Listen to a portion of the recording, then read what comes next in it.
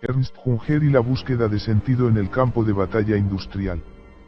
Esta es la primera de una serie de publicaciones sobre el veterano de guerra y autor alemán Ernst Junger que se basan en investigaciones que presenté en seminarios en la Universidad de Cambridge, la Universidad de East Anglia y la Universidad de Sussex durante el último año más o menos. Un personaje complejo y controvertido, Ernst Junger es más conocido hoy en día por el vívido relato autobiográfico de la vida en las trincheras de la Gran Guerra que escribió en Tormenta de Acero, una de las obras literarias definitorias producidas por sus veteranos. Junto con su celebración de la guerra sin disculpas, contiene una descripción inquebrantable, a veces clínica, de la destrucción sin precedentes provocada por el advenimiento de la guerra industrial moderna. A medida que nos acercamos al centenario de la Primera Guerra Mundial, el texto no ha perdido nada de su poder evocador y es probable que siga siendo un documento duradero de la experiencia militar. Sin embargo, los escritos posteriores de Junger, publicados a lo largo de una larga vida que terminó en 1998 a la avanzada edad de 102 años, son mucho menos conocidos en el mundo de habla inglesa y muchos de ellos siguen sin traducirse.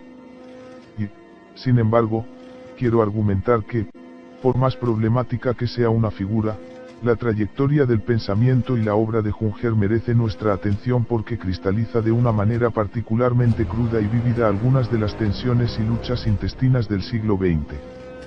A Junger le gustaba referirse a sí mismo como un sismógrafo que registraba los cambios tectónicos subyacentes que prefiguraron los temblores de su época y, en la forma a menudo exaltada y entusiasta que adoptaron sus escritos, estos pueden interpretarse como una exacerbación deliberada de las tendencias contemporáneas, sus fallas tanto la suya como la de su tiempo.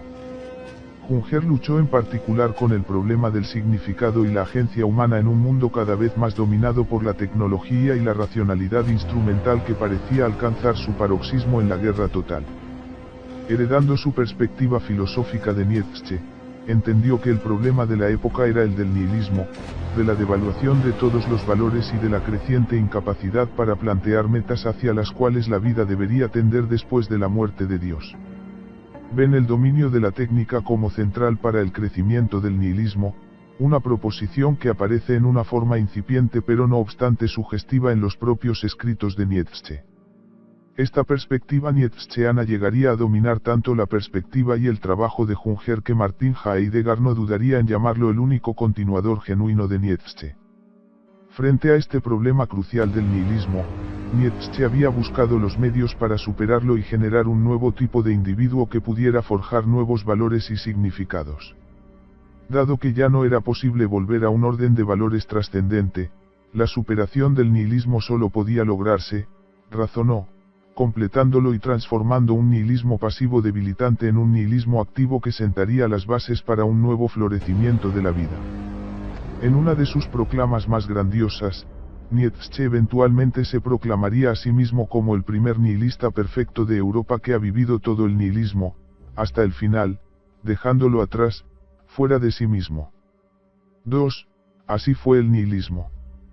Para Nietzsche solo un estado intermedio patológico, una condición liminal que traía consigo la posibilidad de su propia superación y la fundación de un nuevo orden de valores. Junger también haría suya esta concepción, adoptando la noción de que solo acelerando aún más los procesos que aparentemente estaban privando a la vida de su significado, podría ser posible abrirse camino hacia el otro lado del nihilismo. En consecuencia, a principios de la década de 1930 escribiría que no hay salida, ni hacia los lados ni hacia atrás, es necesario, en cambio, intensificar la fuerza y la velocidad de los procesos en los que estamos atrapados. 3. Para Junger, esto significaría un abrazo desenfrenado a la técnica y la movilización social que encontró en la conflagración de la guerra total su expresión más pura. La catástrofe global que se produjo en la década siguiente no condujo en última instancia al renacimiento espiritual que había esperado y, abandonando su belicismo anterior, Junger se retiraría por el resto de su vida a una posición quietista, aunque nunca abandonó su central problemática del nihilismo. Es esta trayectoria intelectual la que intentaré reconstruir en esta serie de publicaciones, examinando las diversas publicaciones e intervenciones que realizó a lo largo de este periodo y ofreciendo sugerencias sobre las formas en que su trabajo aún conserva cierta relevancia para nosotros en nuestro propio tiempo. La experiencia de la Primera Guerra Mundial constituyó sin duda el crisol en el que se fraguó decisivamente la mirada de Junger. Al igual que muchos jóvenes de su generación, participó con entusiasmo en la guerra en el frente occidental en 1914.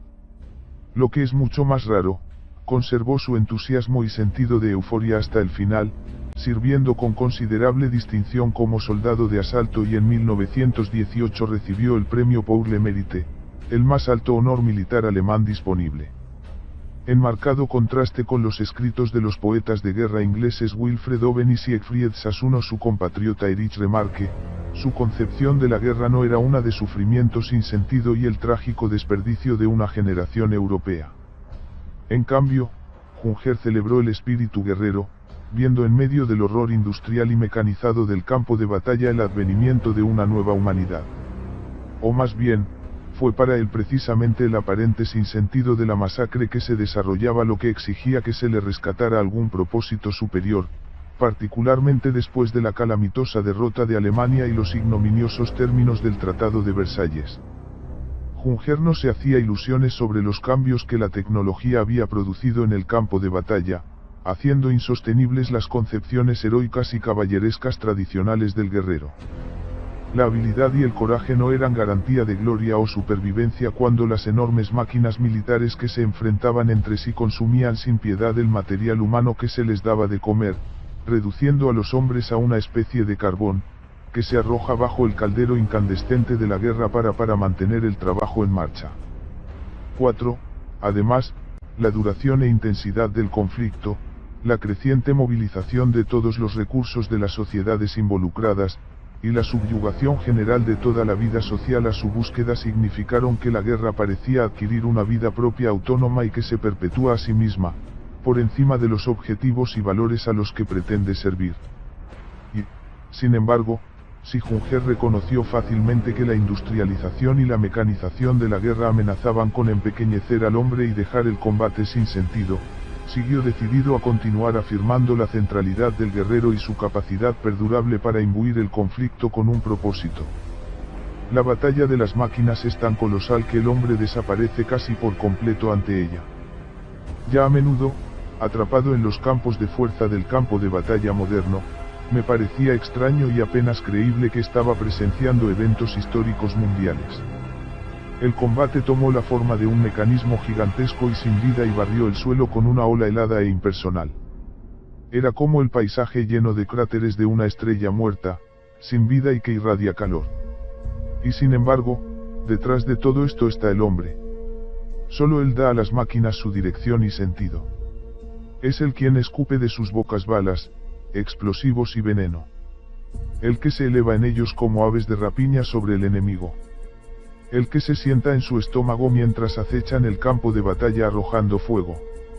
Es él, el ser más peligroso, sanguinario y decidido que la tierra tiene que llevar.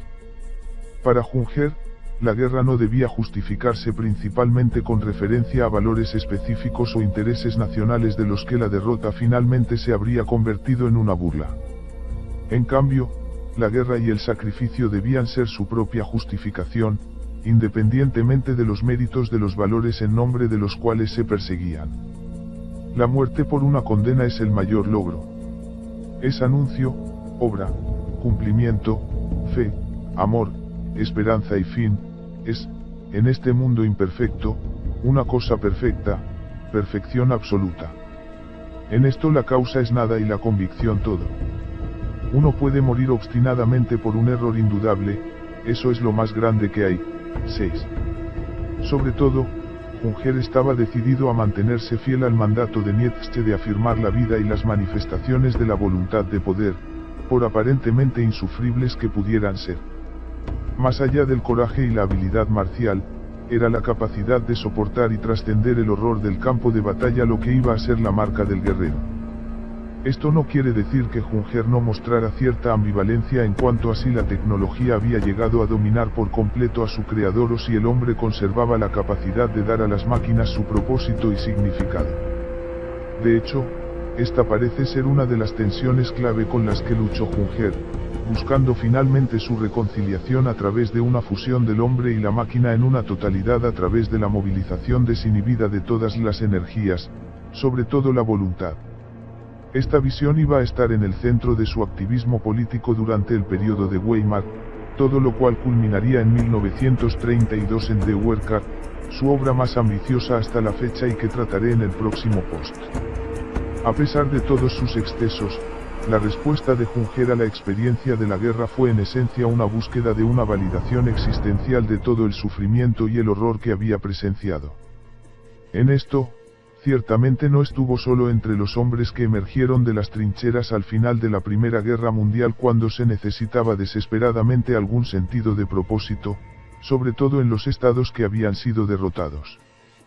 Tal ímpetu desempeñó un papel no pequeño en el vigor de la posguerra de los movimientos políticos radicales, ya fueran fascistas o comunistas, que buscaban realizar un cambio social y político acorde con el derramamiento de sangre del conflicto cuando no estaban emulando directamente la movilización de masas y la disciplina marcial. Pero Junger no solo nos da una idea de la psique de los veteranos de la Gran Guerra. Las emociones y la sensación de existencia realzada que proporciona la guerra son características recurrentes de los relatos personales de la guerra a lo largo de los siglos hasta la actualidad. De modo que lo más inquietante de todo es que la prosa exaltada de Junger también nos obliga a confrontar la fascinación y atracción estética que la guerra y sus espectáculos siguen ejerciendo sobre nosotros.